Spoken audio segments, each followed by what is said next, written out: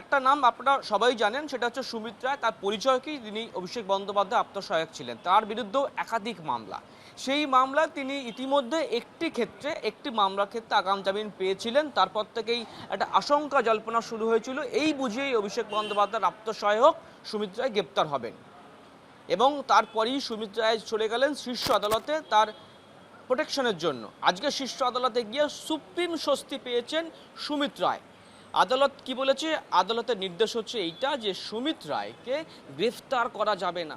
অর্থাৎ আজকে রাজ্যের তরফ থেকে এসজি সলিসিটর জেনারেল তিনি বলেছিলেন যে আমরা চাইছি কাস্টোডিয়াল ইন্টারোগেশন, হেফাজতে নিয়ে জিজ্ঞাসাবাদ করতে, কারণ এই তদন্তের গভীরতা অনেকটা। এনার জন্য এনফোর্সমেন্ট ডিরেক্টরেটে তদন্তের বাধা হয়ে দাঁড়িয়েছিলেন হচ্ছে রাজ্যের প্রাক্তন মুখ্যমন্ত্রী, আর এখন তাকে গ্রেপ্তার করতে চাই আমরা জিজ্ঞাসাবাদের জন্য।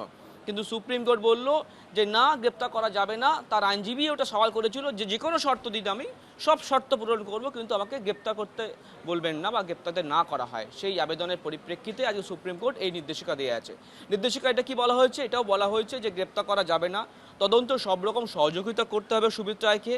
তাকে যখন জিজ্ঞাসাবাদ করা হবে সেই সময় তার হয়ে বা তার সঙ্গে কোনো আইনজীবী কেউ থাকবে না, এমনটাও নির্দেশ দেওয়া হয়েছে।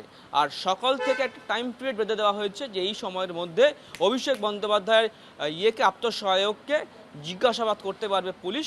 অর্থাৎ সেই জায়গায় দাঁড়িয়ে সুপ্রিম স্বস্তি পেয়েছে সুমিত রায়। কপালেশ্বর গণবংশ, জি 24 ঘন্টা, কলকাতা।